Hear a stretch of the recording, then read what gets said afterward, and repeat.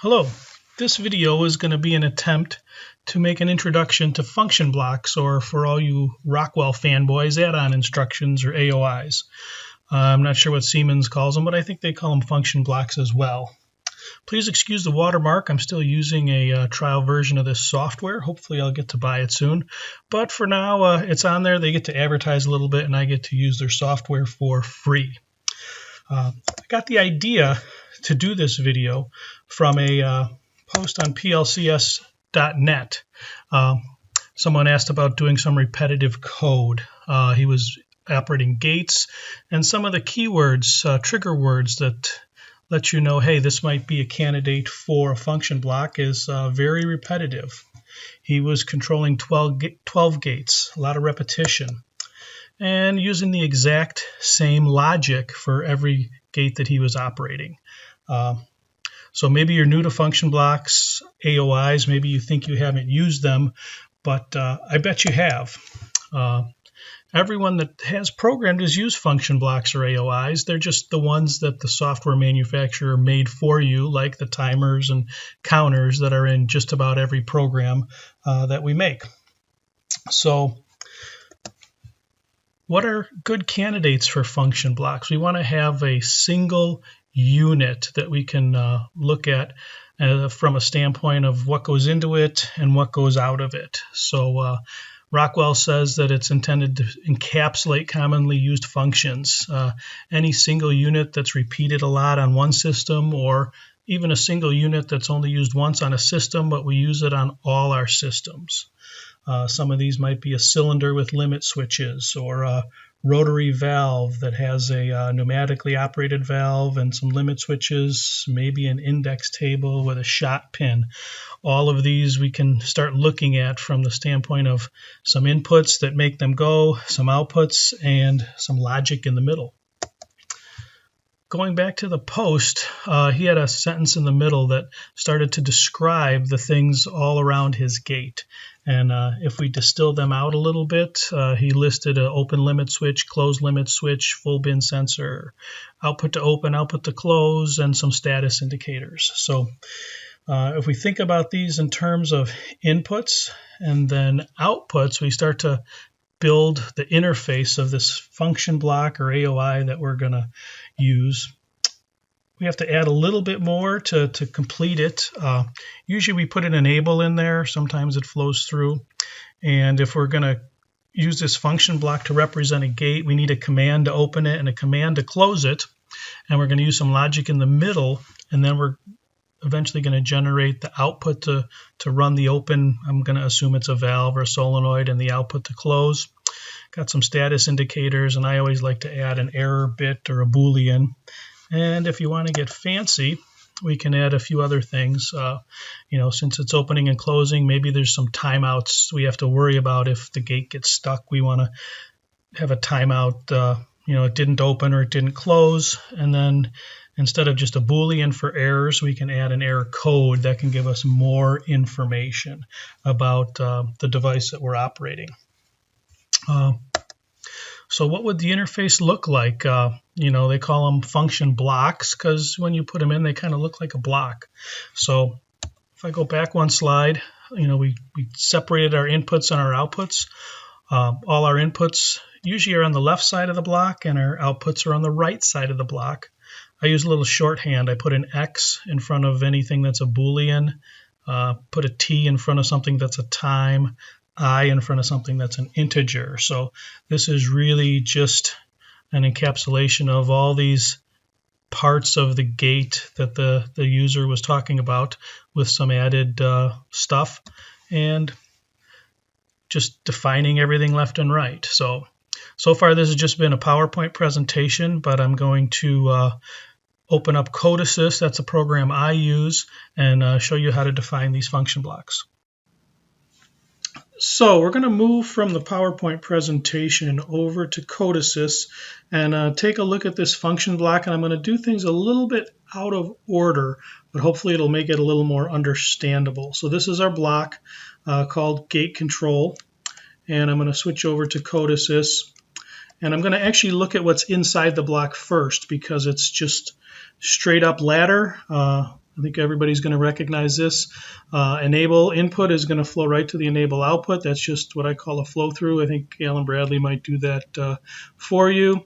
I have an output that's for opening the gate. Everything you would expect to be in here. You have an open command, not the close command, not the bin full. That was a requirement from the user. I don't have an error, and I have the enable. I need that enable to get any of the outputs on. Another output for closing the gate, very similar. Got a close command, no open command, no error. Got the enable, and I can close it. So some of the status right now that I have just flowing through is the open limit switch comes into the block, and I just set a status on the output side. If we needed to delay that signal a little bit, if we needed to make sure something else was on, we could put that right in here, similar with the closed. I got a couple moving actions, so if my output is on to go to the open direction, but I'm not at the open position, I have a moving to open indicator. If my close output is on, but I'm not yet at the closed position, I have a moving to the close indicator. I have a couple timers for timeouts. If I'm moving to the open and I have a preset time called open timeout, I run this timer called TMR open.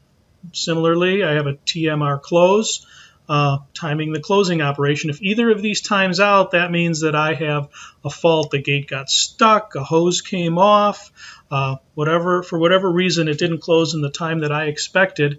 So then I come down here. This .q in Codesys is the same as a done bit in Rockwell Ease. So if the timer to open gets done, I'm going to move a 1 into the error code, and I'm going to set an error latch. Or if the timer close done bit comes on, I'm going to move a 2 into the error code and set the error latch. Once we set an error latch, we need a way to reset it. So if I get the reset input to my block, I'm going to zero out the error code, and I'm going to reset that error latch. So hopefully this is not scary to anybody. Straight ladder, some timers, some sets, some resets, and then a little bit of move. Looks a little different than Alan Bradley, but it basically does the same thing. So when I define a function block, I've already, over here, I've already looked at all the inputs and outputs. I've decided what they are. So I need a way to do that, and in Codesys, we use these things called var inputs, var outputs, and then a straight var is an internal variable. In Alan Bradley, they give you a little table. I guess we can get a table view here too. And so we have all the var inputs are things coming into the block. These are all the ones from the PowerPoint slide that essentially came from the user's definition. Same thing with the var outputs. And we just need a couple things inside. We need this timer for opening and closing and an error latch. And then it's always good to give everything a little comment so that anyone else looking at the program or you looking at the program down the road knows what's going on. So when we define this function block, it's really just like a skeleton. It's not connected to any physical inputs or outputs in the world. So I created a program, main program like Ladder 2 and RS Logix 500. This is PLC, PRG, and Codesys land. And what I did was I have these gates, and that is an array from 1 to 12 of the gate control block. So this is called instantiation. I'm basically creating 12 of these blocks, each one of them with its own name. And conveniently, they're going to be called gates. I could have called it gate, but gates 1, gates 2, all the way through gates 12.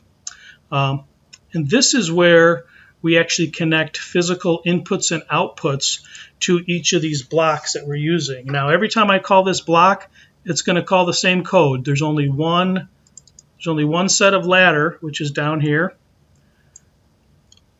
Only one set of ladder that it's ever going to use, but each time it's going to use that ladder with a different set of inputs and outputs.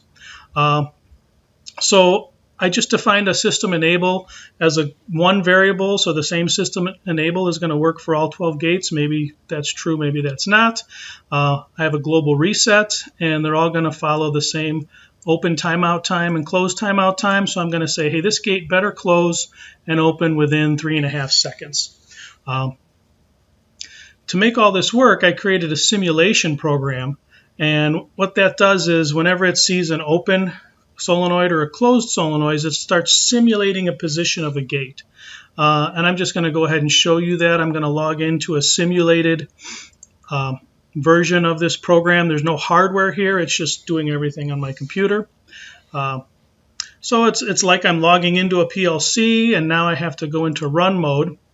And I start to see some status. This one's closed, so I got the closed light on.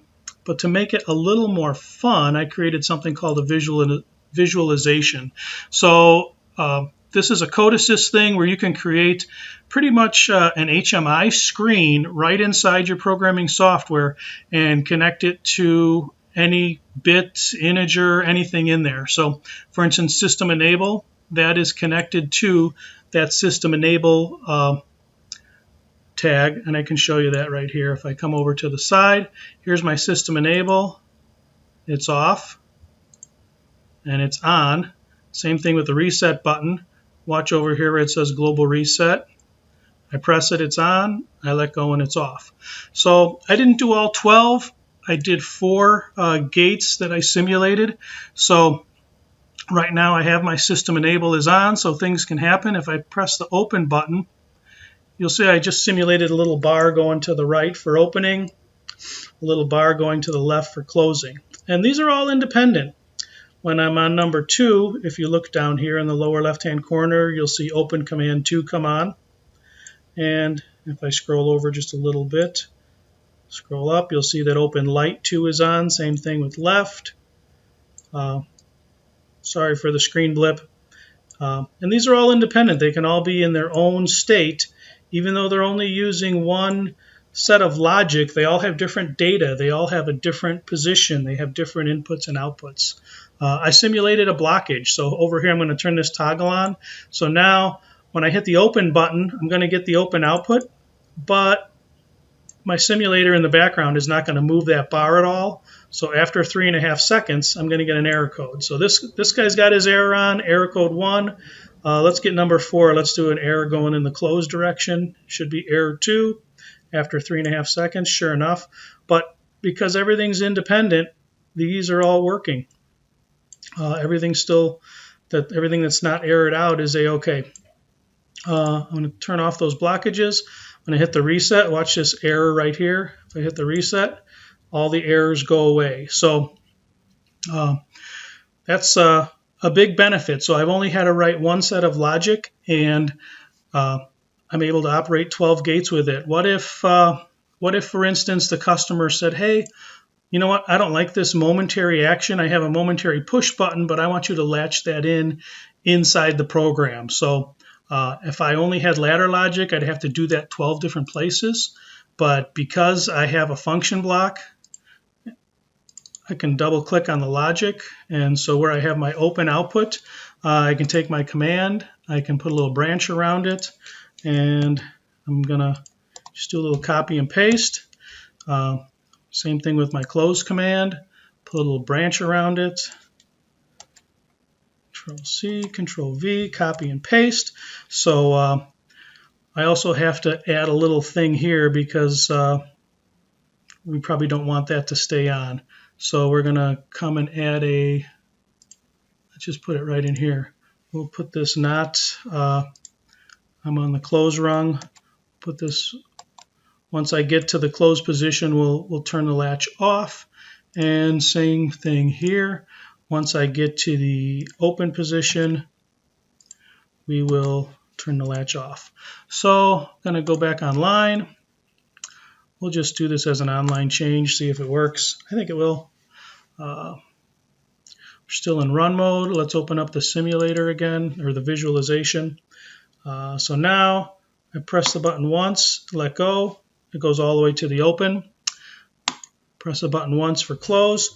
And even though I only changed that logic in one place, because every function block is using the same logic, they all share that functionality now. So very, very handy if you have a lot of items and you know that they all absolutely positively need to function the same way. When you have a change, you don't need to worry, did I get the right logic It's all in one place. It's only ever going to call this logic, even though you have 12 different blocks. The thing that's different is the inputs and the outputs, although like here, open timeout, I'm using the same variable on gate 1 and 2 all the way to 12. But for instance, these commands, limit switches, lights, those are all independent because I made them part of the array. So hopefully, this is just a little demonstration to give you an insight or an introduction to function blocks or AOIs. If you haven't used them before, hopefully you see they're not that scary.